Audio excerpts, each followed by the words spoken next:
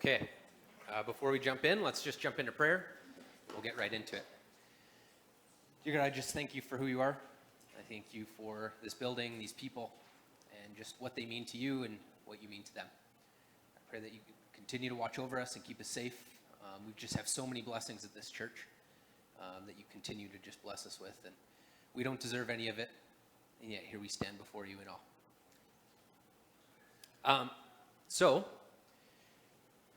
Well, after the singing, I would have to say that if we chant hard enough, we might be able to get Rick up here instead of me, and he can do the preaching.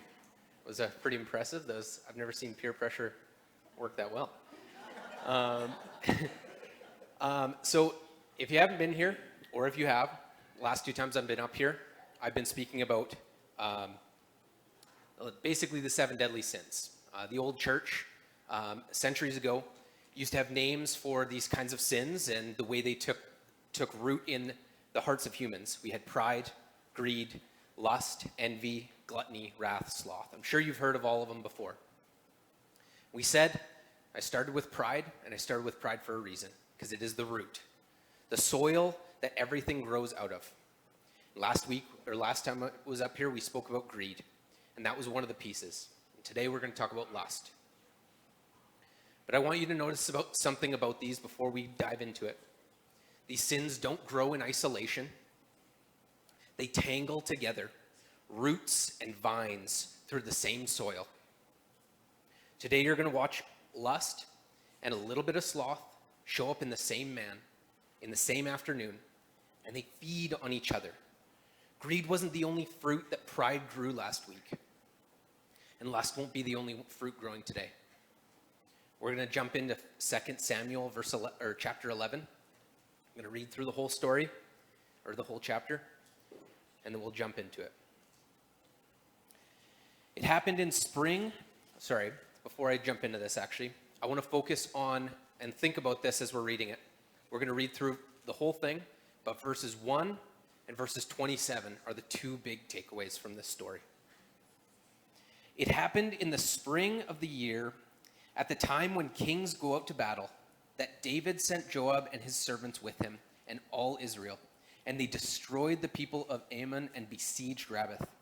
But David remained at Jerusalem. Then it happened one evening that David arose from his bed and walked on the roof of the king's house.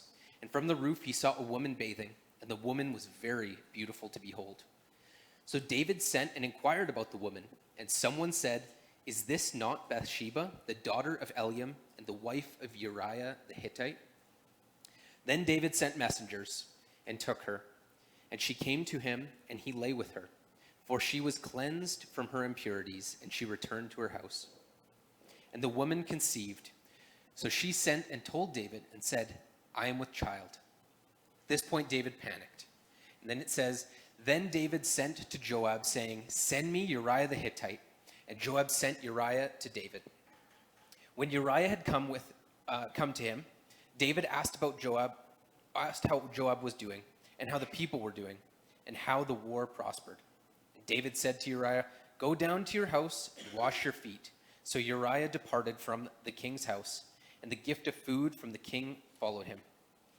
Back then, what that meant when he was saying, "Go down and wash your feet," basically meant, go clean yourself up and lay with your wife. Kick back your feet, relax, have a good meal. But Uriah slept at the door of the king's house with all the servants of his lord, and did not go down to his house. So when they told David, saying, "Uriah did not go down to his house," David said to Uriah, "Did you not come from a journey? Why did you not go down to your house?" And Uriah said to David, "The ark and Israel and Judah are dwelling in tents, and my lord Joab and the servants of my lord are encamped in the open fields. Shall I then go to my house and eat and drink and lie with my wife? As you live and as your soul lives, I will not do this thing." Then David said to Uriah, "Wait here today also, and tomorrow I will let you depart." So Uriah remained in Jerusalem that day and the next. Now when David called him, he ate and drank before him. And he made him drunk. And at the evening, when he went out to lie on his bed with the servants of his lord, but he did not go down to his house. In the morning it happened that David wrote a letter to Joab and sent it by the hand of Uriah. And he wrote in the letter, saying, "Set Uriah in the forefront of the hottest battle and retreat from him, that he may be struck down and die." So it was, while Joab besieged the city, that he assigned Uriah to place where he knew there were valiant men. Then the men of the city came out and fought with Joab, and some of the people of the servants of David fell, and Uriah the Hittite died also. Then Joab sent and told David all these things concerning the war, and charged the messenger, saying, "When you have finished telling the matters of the war to the king, if it happens that the king's wrath rises and he says to you, 'Why did you approach so near to the city when you fought? Did you not know they would shoot down from the walls? Who struck Abimelech, the son of Jerubbesheth? Was it not a woman who cast a piece of millstone on him from the wall so that he died? Why did you go near the wall?' Then you shall say, 'Your servant Uriah the Hittite is dead also.'" So the messenger went, and he came and told David all that Joab sent by him. And the messenger said to David, "Surely the men prevailed against us and came to us in the field. Then we drove them back as far as the entrance of the gate, and the archers shot from the walls at your servant, and some of the king's servants are dead, and your servant Uriah the Hittite is dead also." Then David said to the messenger, "Thus you shall say to Joab, 'Do not let this thing displease you, for the sword devours one as well as another. Strengthen your attack against the city and overthrow it. So encourage him.'" When the wife of Uriah heard that Uriah, her husband, was dead, she mourned for her husband. When her mourning was over, David sent and brought her to his house, and she became his wife and bore him a son. And this verse really hits hard. But the thing that David had done displeased the Lord. Again, but David remained at Jerusalem in chapter 1, or verse 1. And at the end in 27, it says, "But the thing that David had done displeased the Lord." There's a lot to unpack in this story. One of the things that the messenger was talking about when Joab sent the messenger, he was warning them that the king might get mad because this was a bonehead military move. Why did you approach the wall? It was all according to plan. And later on, David even says something that is actually so ironic as we get into the story further.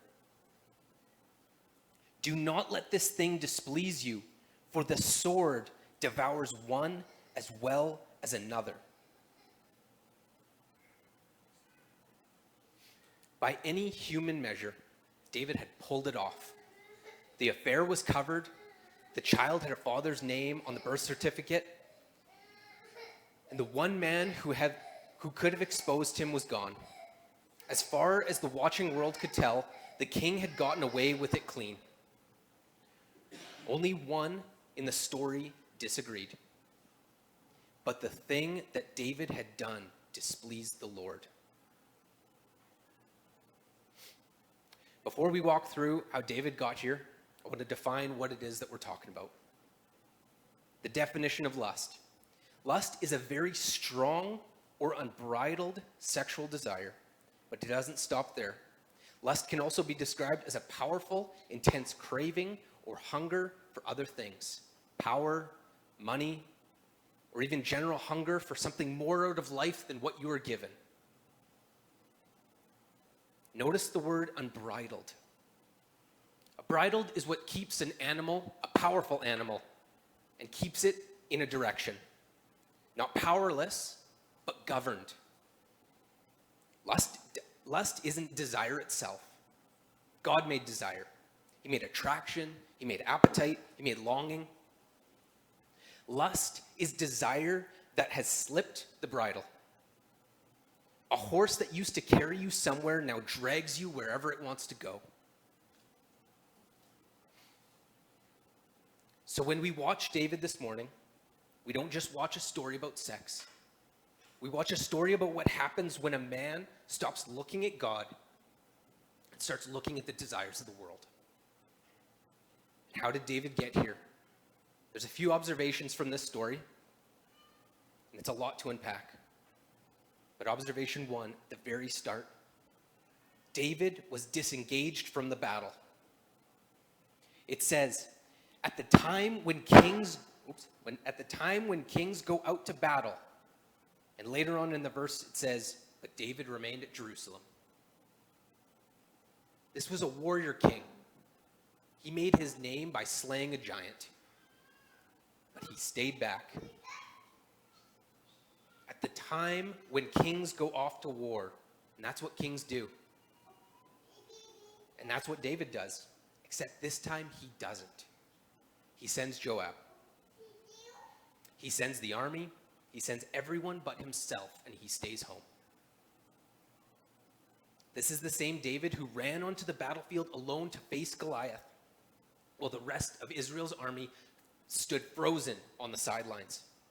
The same David who led from the front every time for years, and now, for maybe the first time in his adult life, David isn't where David is supposed to be. A line that I heard from a sermon about this story and stuck with me from a long time ago was, David the warrior has become David the relaxer. And that's the soil that this whole story grows out of. Is it pride that tells him, I've earned this. I've worked so hard for this kingdom and for God. It's my turn to kick up my feet. You are never more exposed to temptation than when you've wandered from the place God has called you to be. Sin doesn't usually catch us mid-battle. It catches us on the rooftop when we've already stepped away from the fight. Pastor J.D. Greer is a pastor down south who I really, really look up to. He's got some amazing sermons. Made a point that illustrates this whole story perfectly. It's a little funny, and again, it's another one that I haven't forgot. But he says, engagement, being actively in the fight that God has called you to, whether that leads your family, your ministry, or whatever battle he has given you, does not remove all your cravings, but it takes away a lot of their power. When you're engaged, you are not as susceptible. And then he puts it in another funny way. He says, it's like trying to pull your pants down in the middle of a rugby match. You don't have time. People are coming at you from all directions. You're too focused on the fight in front of you to think about anything else. I know it's crude, but it's true. David wasn't in the match anymore. He was standing on the sidelines, alone with nothing to occupy him. That's exactly where temptation found him. This isn't just a lust problem starting here. It's also a sloth problem, becoming a lust problem. Again, we see the way these sins perfectly intertwine like vines and weeds. David wasn't tempted despite his rest. He was tempted through his rest. Sloth isn't just laziness. It is the refusal to be where God has called you to stand and do what God has called you to do. And when the man steps out of his post, he doesn't usually end up doing nothing. He ends up doing something else, something worse. Sloth doesn't leave a vacuum, it just leaves an opening. The sermon I spoke a year ago was exactly this. In the times of waiting, I compared it to our fire that burns. I said a year ago, have you ever heard the saying, if your faith only burns when people are watching, it's not a fire, it's a performance. So I'll ask you again, are you burning in the waiting? Are you hotter in the quiet than you are in the spotlight? Will the fire of your faith light the moment when God finally calls? I ended with, don't waste your wilderness. All these heavy hitters in the Bible, called by God, sent back to the field. 40 years later, Moses, 40 years later, finally comes back. So many heavy hitters in the wilderness. Do not waste it. And that's how these sins work. These sins, like I said, are so perfectly intertwined. They are not 7 separate rooms in a house. They are 7 doors leading to the same hallway. And I've perfectly put them in little categories for you. But it doesn't work like that. This whole system that I've put in place, these words that the old church have used to document every single sin, those branches are connected to the same tree. And the tree thrives off the worldly desires that are presented to us daily. Now, observation 2 about what David did. David saw, and he did not look away. In verse 2 of 2 Samuel 11, it says, "Then it happened one evening that David arose from his bed and walked onto the roof of the king's house. And from the roof he saw a woman bathing, and the woman was very beautiful to behold." This moment wasn't a small moment in the chapter. It was one that everything hinges on. And C.S. Lewis wrote this about these small moments. Good and evil both increase at compound interest. That is why these little decisions that you and I make every day are of such infinite importance. The smallest good act today is the capture of a strategic point from which, a few months later, you may be able to go on to victories you may never have dreamed of. An apparently trivial indulgence in the lust or anger today is a loss of a ridge or a rail line or a bridgehead from which the enemy may launch an attack otherwise impossible. C.S. Lewis is talking about these little moments in our lives, these little decisions that might seem like nothing. Choosing to continue to look at the woman on the roof, continue to choose to pursue something else. It gives strategic advantage points for the war against the soul. David didn't wake up that morning planning to murder a man. Most people don't. He just looked a second longer than he should have, and that's it. That's the whole hinge. But C.S. Lewis is right. It's never just a small moment. That right there was the ridge. That was the bridgehead. And once the enemy holds that ground, everything that follows becomes not just possible, but easier than it would have been the day before. And that is why we need to sit here for a moment longer in this one verse, because the story picks up speed. Because everything that follows in this chapter is just interest accruing on debt. David opened the moment he decided to keep looking.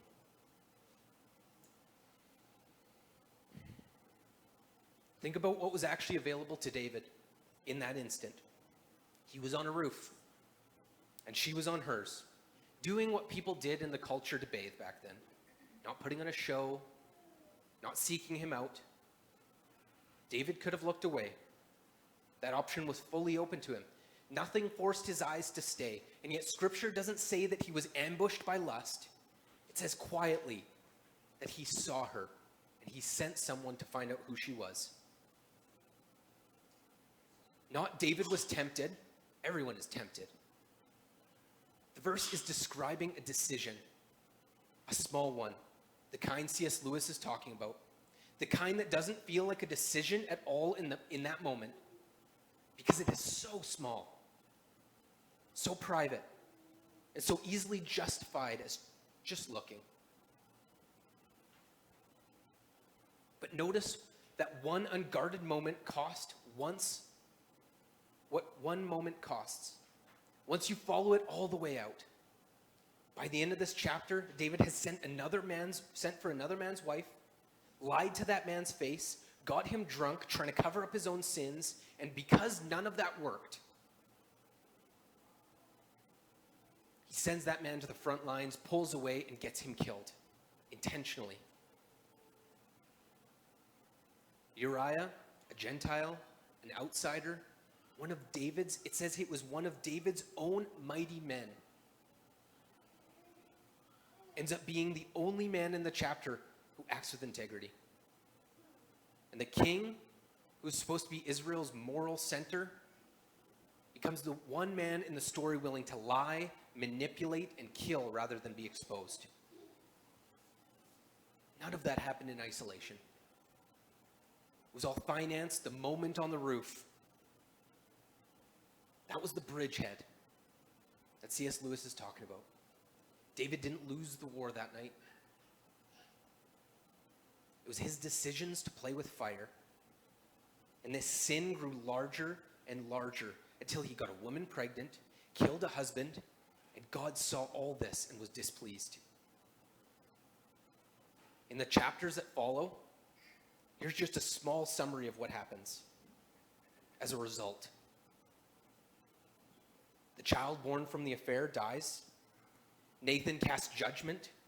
One of David's sons rapes his daughter, and another son then murders that son. The son then flees into exile. Another son then conspires to lead a rebellion against him. David then flees with no feet, or with no shoes, barefoot, weeping, climbing up a mountain. His son then publicly takes his concubines on top of the roof, as Nathan had predicted. His son is then killed. David then laments his son. And then another son later attempts to seize the throne. A man took a glance. That glance turned into pursuit, and that pursuit into sexual immorality. And that sexual immorality caused the man to be murdered. This wasn't just any man. Again, this was an elite warrior that would have fought alongside David, probably a friend.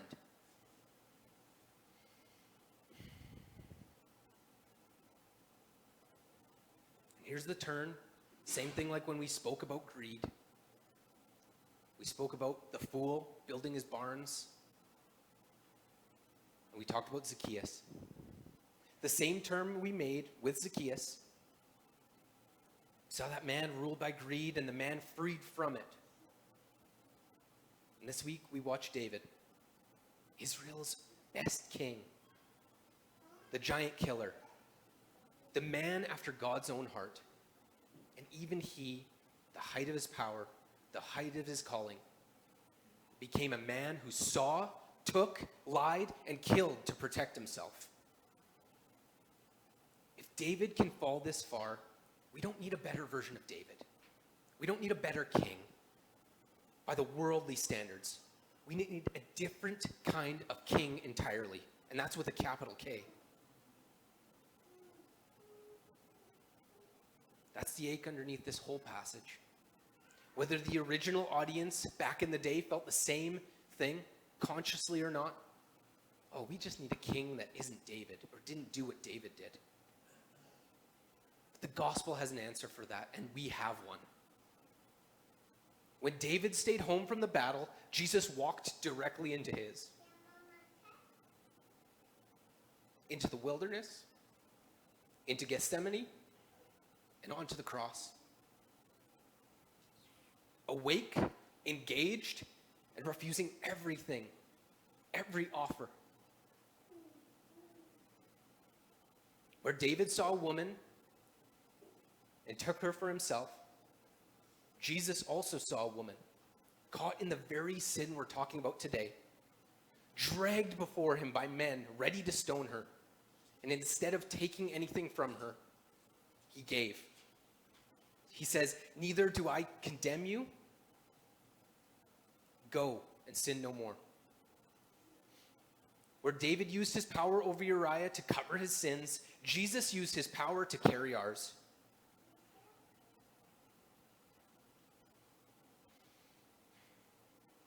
David sent an innocent man to die to protect himself. And Jesus, the truly innocent one, let himself be sent to die to protect us. Same shape as last time's turn. The invitation, the grace, it all comes before the change, not after it. David didn't clean himself up before Nathan showed up in chapter 12 to call him out, to confront him. God moved towards David in this mess, the same way Jesus moved towards Zacchaeus in the tree and the woman caught in adultery by the accusers. It's the pattern of grace that is running through this entire book. Pride builds the barns like the greedy fool. Lust climbs the rooftops and refuses to look away. And God is still, he comes looking. So if you've heard this today and thought of your own rooftops, the moments you stepped back from where God has called you to stand, when you decided to stay back in Jerusalem,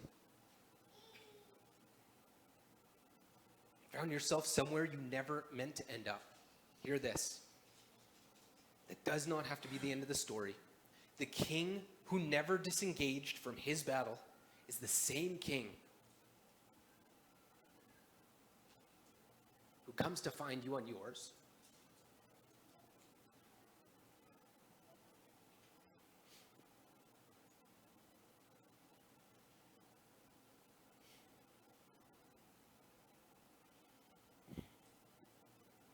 When David was seeking out Bathsheba, in verse 3 it says,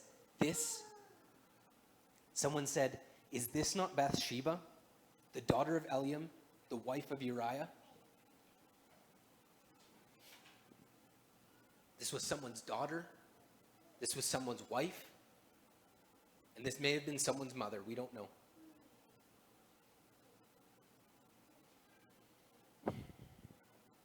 Again, the king who never disengaged from his battles is the same king who comes to find you in yours.